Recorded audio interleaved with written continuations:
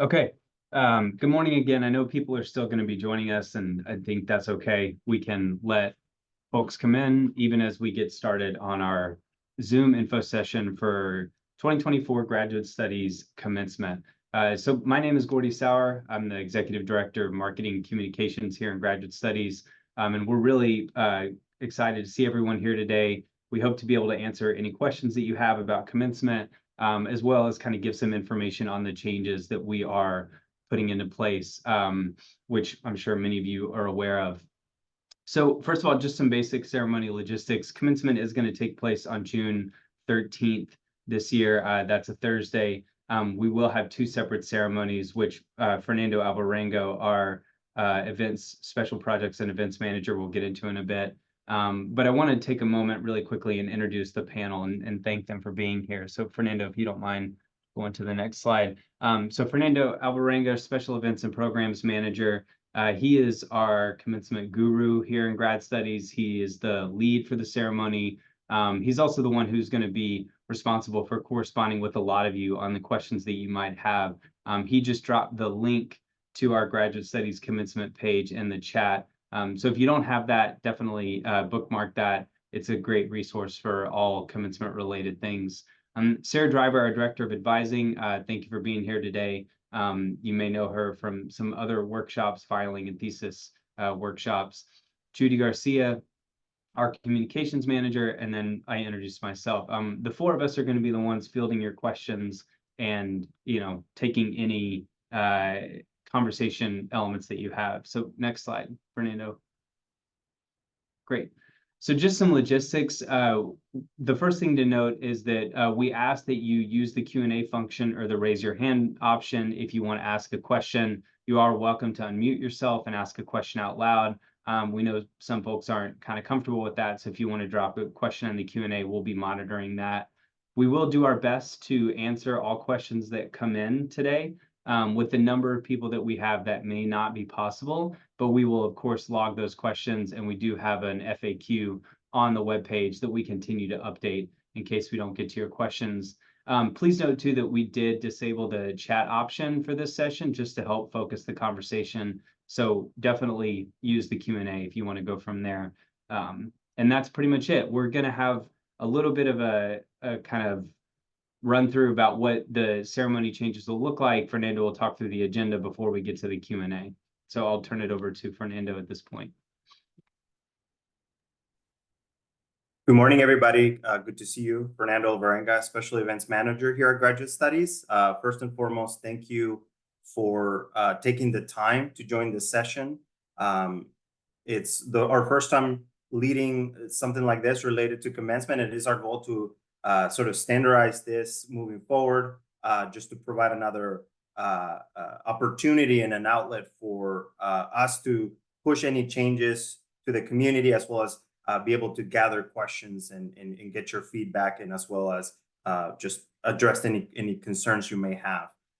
Gordy, Judy, or Sarah, in the meantime, I do see folks are still joining the call. So if I happen to miss anybody, admitting anybody, so feel free to jump in and admit folks as they come in.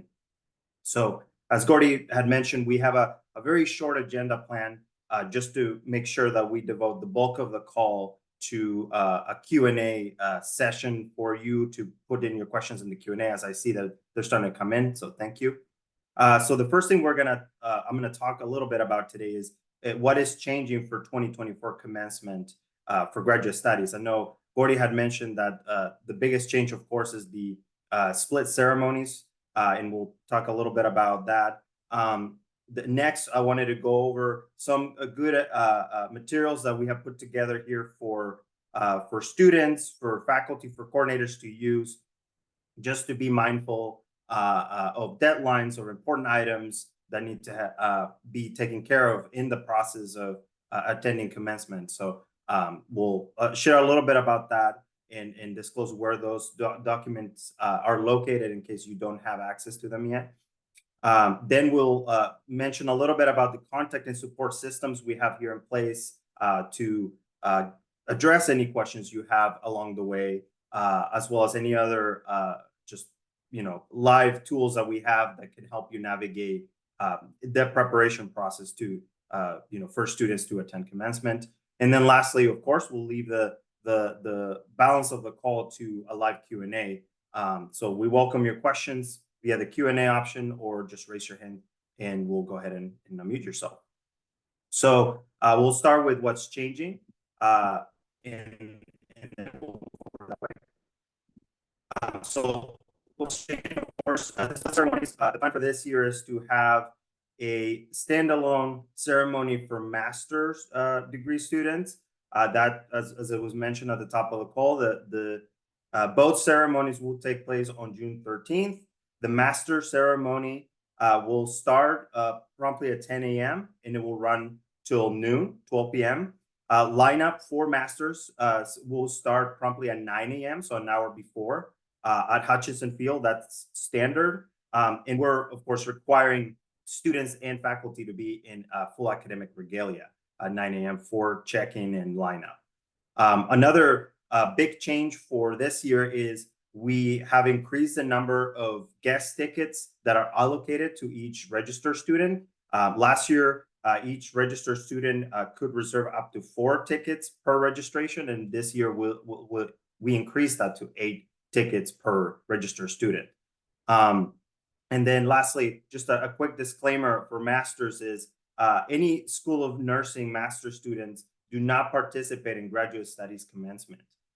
If you have any questions about that, let us know, and we can filter your question to where it needs to go. But just be mindful that if you are a master's degree recipient of School of Nursing, then you have to participate in a separate ceremony and not the graduate studies.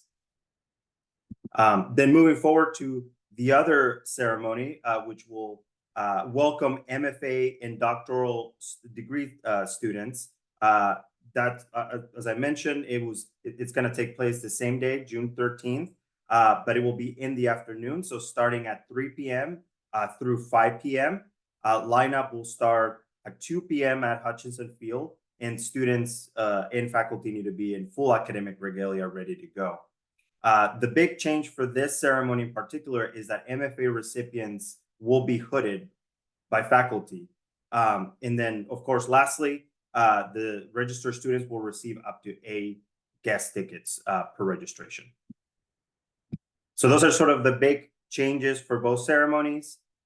Then moving over to the checklist, which are the documents that I mentioned at the top of the call that we have built to sort of help students, faculty, coordinators to navigate sort of the big to-do items in preparation for each of the ceremonies. So what I did here is that I created a slide just for the master ceremony. So as you can see on the left-hand side here, we have the checklist for master students.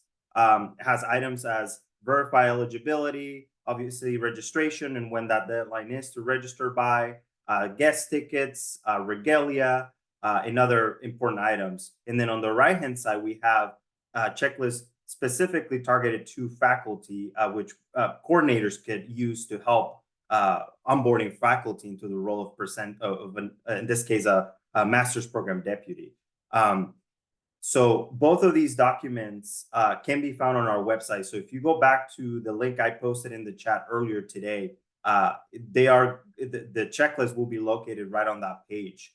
If you're having troubles finding them or downloading them, or if you have any questions about them, feel free to let us know. Then the same thing would apply for MFA and doctoral. You see the students checklist on the left-hand side here, and then the presenting faculty list on the right-hand side. So this is something that we thought it would be helpful, putting it together, keep all those deadlines in front of you. But again, if you have any additional questions, do not hesitate on letting us know, and we're happy to assist in any way we can. And then just pivoting over to contact and support. So for this, I just wanted to just say it out loud that there are a few different channels we have to provide additional support to any student, any coordinator that has questions about commencement. So the first, of course, is the grad commencement at ucdavis.edu. That's our commencement inbox. So any questions related to commencement can go to that inbox. We do see a large number of emails coming in daily. So we do appreciate your patience as we get back to you with our response. We're trying to manage and answer questions almost daily in that inbox. So if we should be able to get back to you within a week, moving forward. So if you have any questions, feel free to send them to that inbox, and then we'll get back to you as fast as we can. The other thing I wanted to mention is for any questions regarding the redemption process of your 8 guest tickets, if the code doesn't work, or if you're having issues with your code, or any links that are on those communications when you register, those questions need to go to aggietickets@ucdavis.edu. They're the ones managing sort of the logistics of the ticketing process, meaning their website, their code redemptions, and all that. Those questions need to go to them.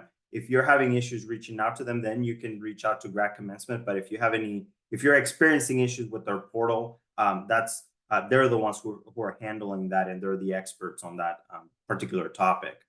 Of course, the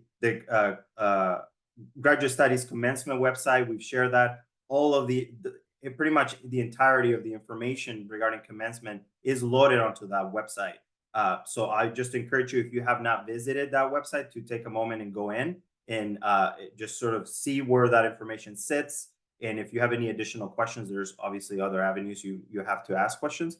And then lastly, just what Gordy mentioned at the beginning is the FAQ. There's a very useful FAQ that we continue to update as new things develop, new policies, new additional questions that come in.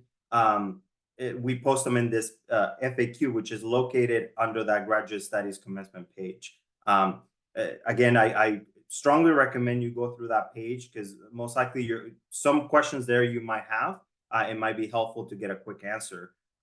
It provides more guidance that way. So at this point, this is all I have planned for you. I wanted to go as quickly as I can to allow enough time for Q&A. So at this point, I'll just leave it open for anybody that has any questions via the Q&A, or if you want to raise your hand and we go ahead and unmute you. So thank you for your time, and hopefully that was helpful.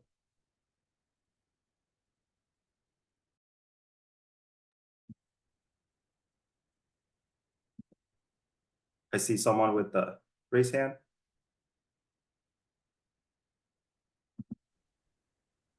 Hi, Lillian. Yes, hi, my name's Lillian. Thank you for this presentation.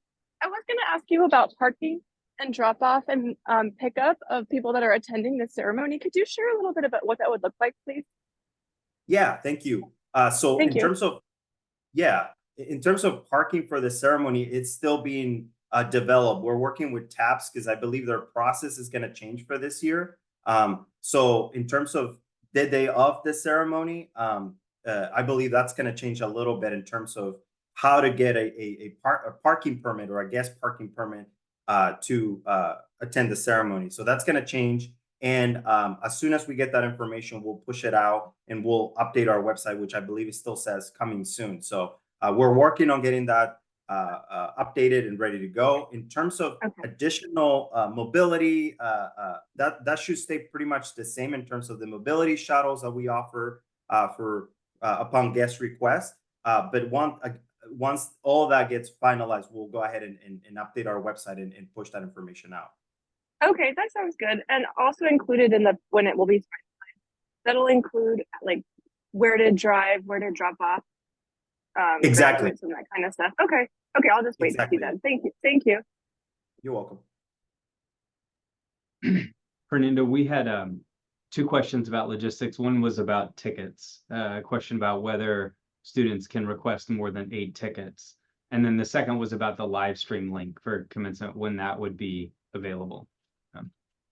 Thank you. So regarding your ticket question, we do typically handle sort of additional ticket requests via the Grad Commencement inbox. So if you send an email with your name, of course, you have to be registered already to request additional tickets, and then how many tickets you like on top of the 8. And then we'll just work with Aggie Tickets, and it all really depends on capacity and sort of other factors there. But we are taking additional ticket requests. So just email me at gradcommence@ucdavis.edu, and we'll lock your requests and let you know once it gets processed and everything. You should be hearing back from them directly with an additional discount code to get your tickets. And then the second question, Gordy, could you remind me what the second question was? Yeah, it was a question about the live stream link for commencement, when that would be available and where that would be available. Yeah. Okay. So the ceremony special events unit on campus, which handles mostly the undergrad commencement, they're the ones who work closely with our AV company to get the live stream set up. So it typically goes up about 2 weeks before the ceremony, and it gets posted on our website, and it ultimately goes to their page. But there should be a link coming into our website with the live stream information for folks to join in. And it's roughly about 2 weeks. It's when it becomes available. Thank you. There's also a question about the faculty presenter does for the doctoral graduation, and is there a different faculty presenter for each student? So the faculty presenter at the MFA doctoral ceremony is the individual who actively hoods the graduating student. So PhD students, and then this year MFA students, which is the component that we're adding, will go through a hooding process wherein they will walk up on stage and there will be a faculty presenter there who will actively put their hood over them as part of the ceremonial aspect of commencement. So traditionally, there is an individual faculty presenter for each student. There are some instances in which a single faculty presenter will hood multiple students, but that is managed on a case-by-case basis.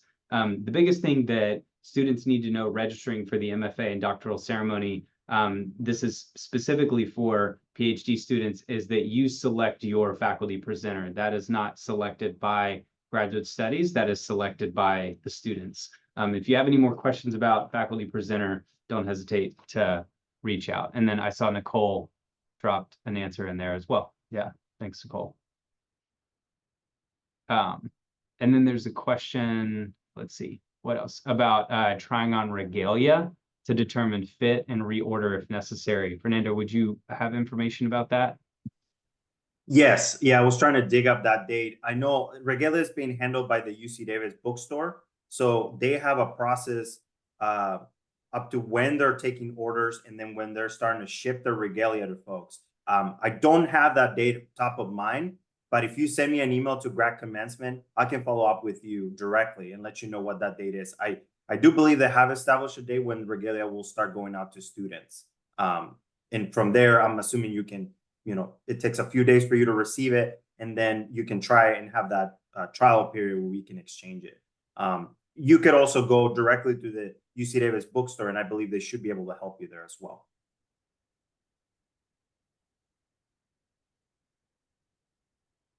And just looking through the chat, I did see an earlier question about the recording. So this session is being recorded, and our goal is to make it available after the fact. So we'll work on that to clean up the session and making sure that it goes live either on our YouTube channel or on our website.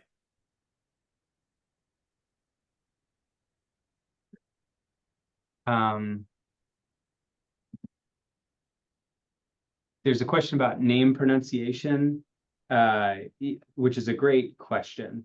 Fernando, do you want to address that? Yeah, how we are managing that this year? Yeah. Yes, yeah. So there will be a process for registered students in which they will have access to a form. We're still developing what that form is going to look like. But essentially, it's going to be a short form where you're going to go in with the email that you have registered with to attend commencement, and you will have the ability to record your name, record yourself pronouncing your name the proper way and submitting it for our name readers. We should have more information in April about how this is going to look like. And as long as you're registered, you should be getting a follow-up email with access to this additional tool. Just be mindful that this is not a request to re-register by any means. This is just giving you access to this portal to help our name readers get the correct pronunciation of your name.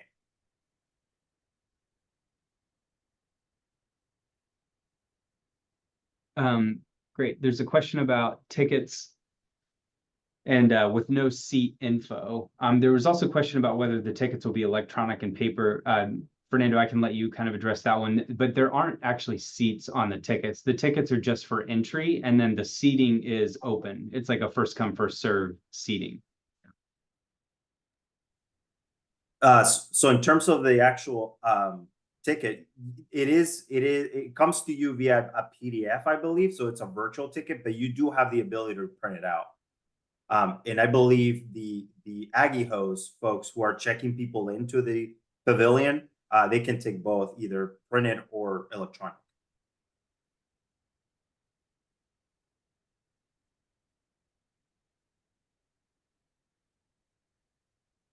And then a question about live stream and will it be available in other countries? That is a good question. I can confirm that with our AV company, but I don't see why not. I think it's just really an open portal. It doesn't ask for any login or anything like that. So as long as you have access to the live stream, you should be able to view it. Obviously, you need to keep in mind the time change, of course. And I do believe at some point there's a recording of it. So if you don't catch it live, you should be able to watch it on demand, probably a week or so after the ceremony.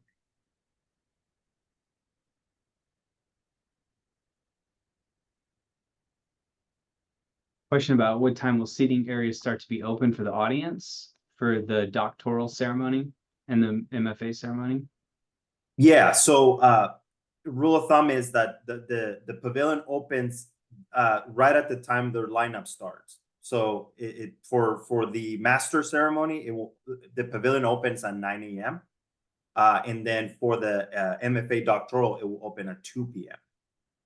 for guests.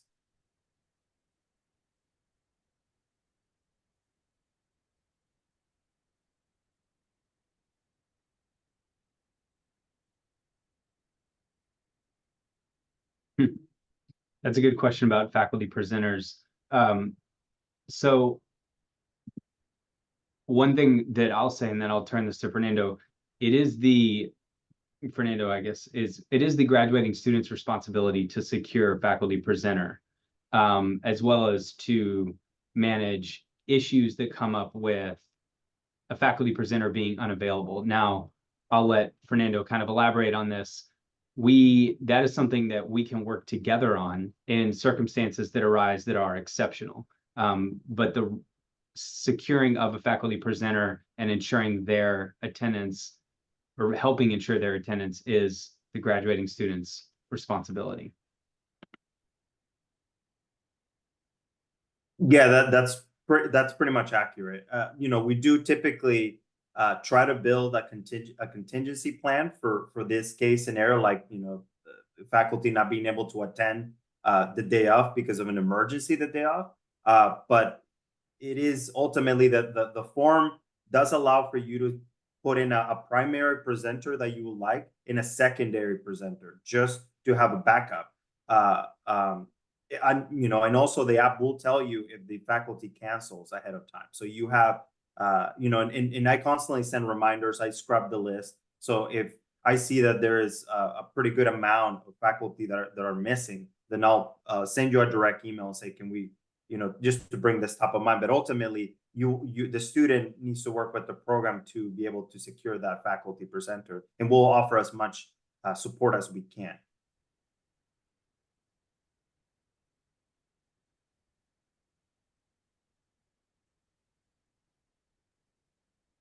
Fernando. Mm-hmm.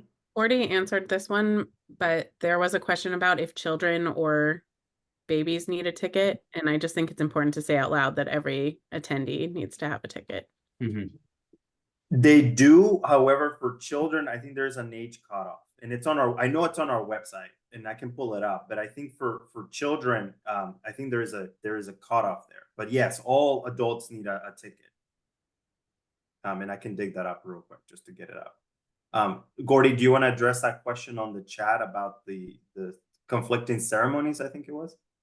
Yeah, I mean, I don't have a good answer for that one. Given the fact that we did split the ceremony, there is going to be some overlap. There's also some overlap with the obviously the School of Nursing ceremony in the morning, which is less of a conflict since master's students do not participate in ours.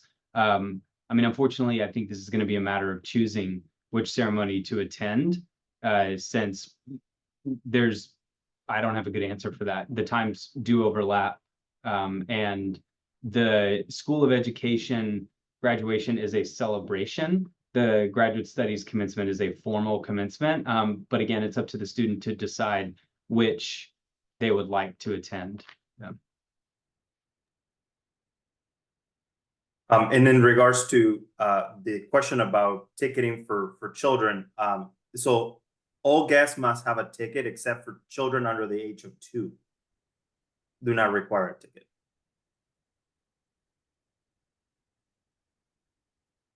The question about the actual run of show for the ceremony that's in here, like the schedule for it, when speeches start and end, when the hooding begins, that is released the day of in the program. I mean, you know, what you can expect is that there are going to be some speeches in the beginning of the ceremony.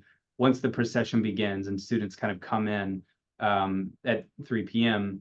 for the MFA doctoral, 10 a.m. for the master's, there are speeches that follow as to be expected from leadership, et cetera. And then the process for the ceremony begins. But the actual timing of that is a little bit contingent on kind of how long those speeches are.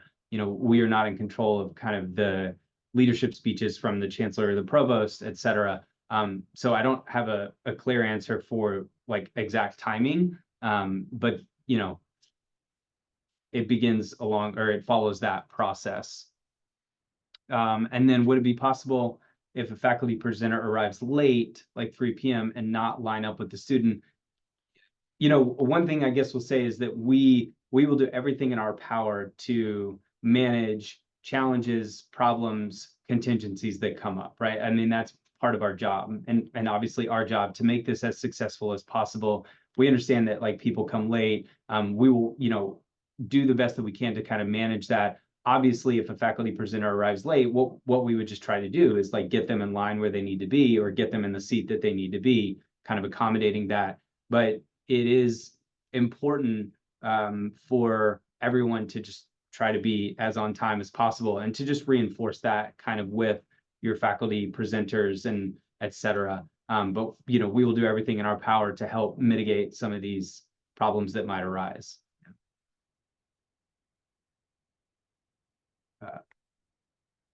There's a question that came directly to me in the chat about master students needing a faculty presenter. No, so faculty presenters are specifically for MFA and doctoral students. Master students have what is called an MPD, a master's program deputy, and we work in graduate studies to secure the MPDs. So master's students for the master's ceremony from 10 a.m. to 12 do not need to secure faculty presenters. And when you register, that is made clear. The faculty presenters are only for the afternoon ceremony, MFA and doctoral. MFA design. So that's a great question that we got. An MFA design, if you are graduating with an MFA degree, regardless of your discipline, you are attending the afternoon ceremony, the MFA doctoral ceremony. And I think Sarah's typing that in here as well. Can I clarify with you or Fernando, the commencement registration application will only allow students to register for the appropriate ceremony? Is that correct? It actually only allows them to register for commencement. Okay. Right. So when you register, you are registering for commencement. And then depending on your degree, you are attending either the master's ceremony, which is MA, MS, right, MPH, those degrees, or the MFA and doctoral. So if you are graduating with an MFA degree, you're attending the afternoon ceremony.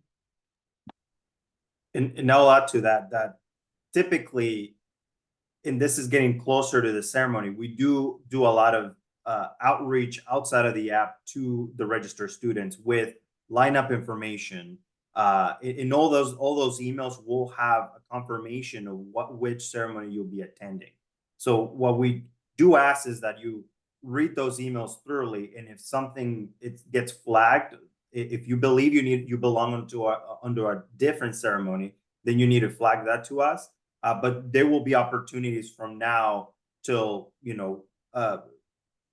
weeks before the event to clarify which event you'll be attending. But all that information will be disclosed in multiple emails going out to the registered students.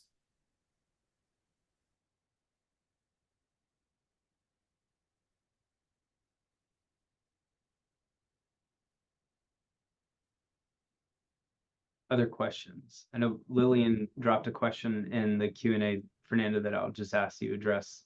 You can type it in there. Yeah. Yeah, and also just looking at my direct messages, so confirming the School of Nursing will have their own graduation. That is correct. Yeah, School of Nursing students do not participate in graduate studies commencement. Master students, School of Nursing master students. Master students, yes. Right. So there's a question, if someone is graduating this June, can they participate in the ceremony next year instead of this year?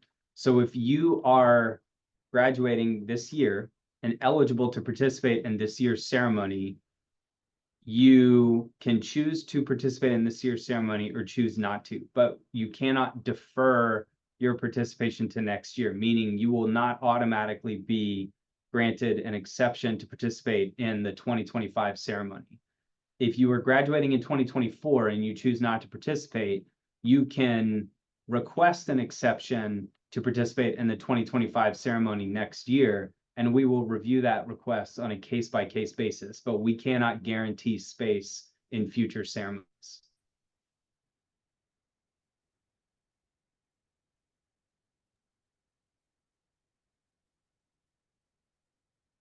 Thank you, Nicole, for answering questions on the Q&A. I see that you're typing in.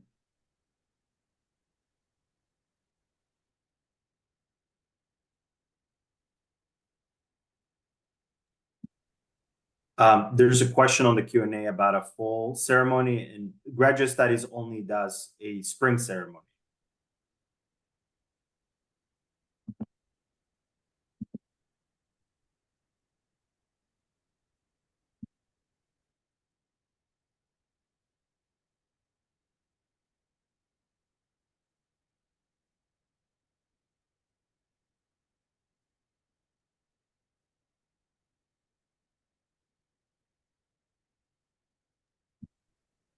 Thanks for your question, Amy.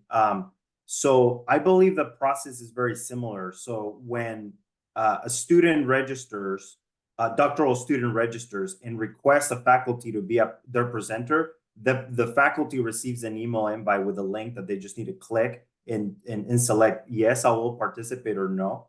And then the same thing goes for master deputies, I believe.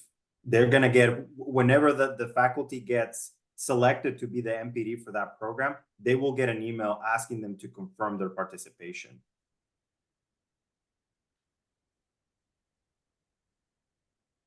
If by any chance the faculty has not received that email, then just let me know at grad commencement, and we'll go ahead and resend that.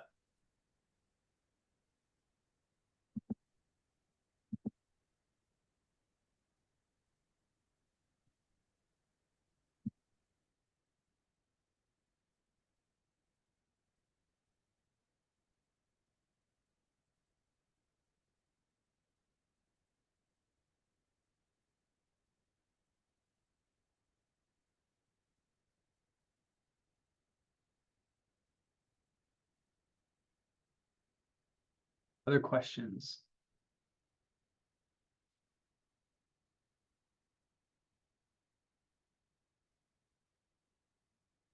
That's a good question. Sarah, would you be able to address that about the last elective in the spring quarter? Yep. So as long as you are advanced to candidacy prior to April 1st, you can participate in commencement in June. But that you still need to file to graduate in order to receive your diploma and your degree. Once you've completed your last elective, you can still participate in the ceremony, however. And if you have specific questions about your situation, you're more than welcome to reach out to your senior academic advisor, and we can help you with that.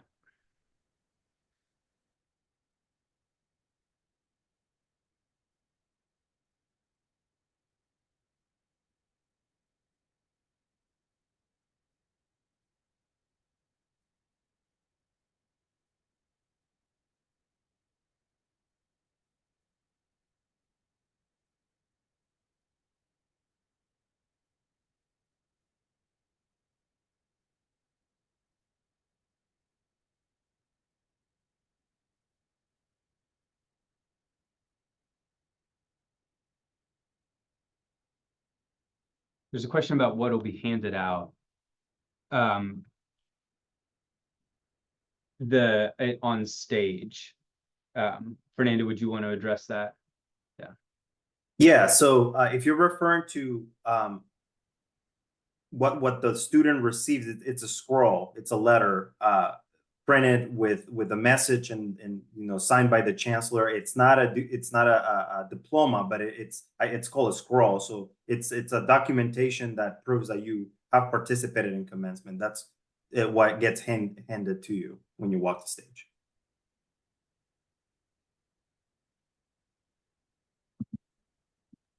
Just because there seems to be a lot of questions about eligibility, I just want to be clear that as long as you have advanced to candidacy, you can participate in commencement. So that if you're going to file in June, in summer, in fall, that's fine as long as you have advanced to candidacy.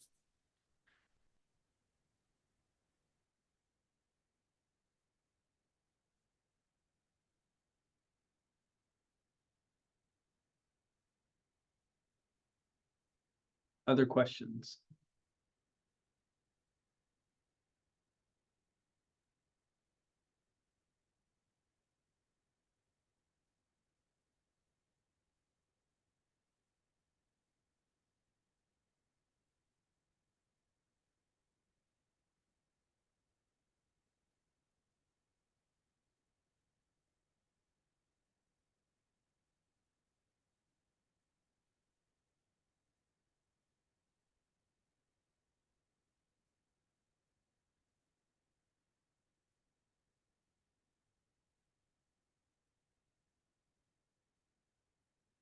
No other questions?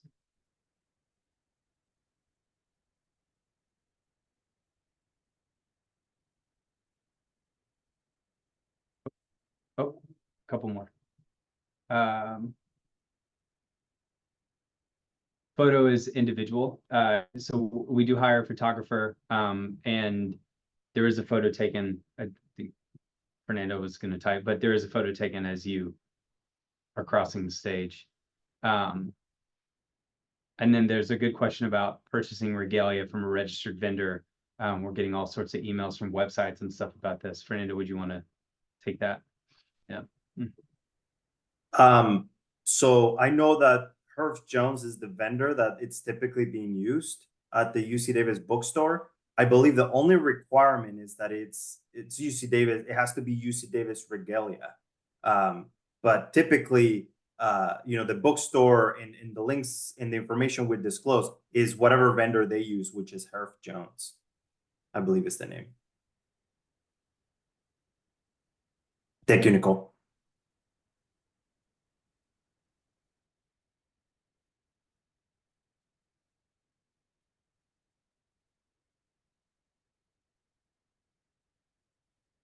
Any final questions or other questions?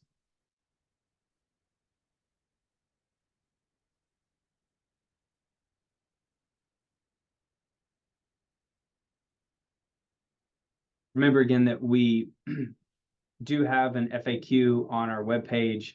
You're also more than welcome to reach out to the grad commencement email address if you do have additional questions or follow-up.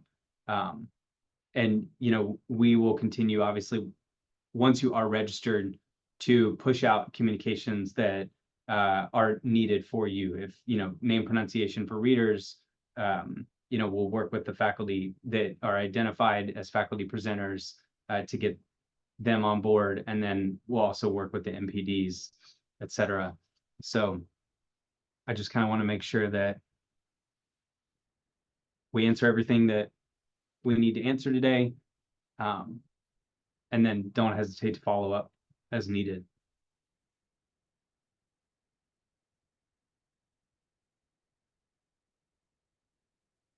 Okay. Well, that seems to be about it. Thank you all again for being here. And we hope that this was helpful, and we look forward to our 2024 ceremony and seeing everyone there. So really appreciate it. Have a good day, everyone.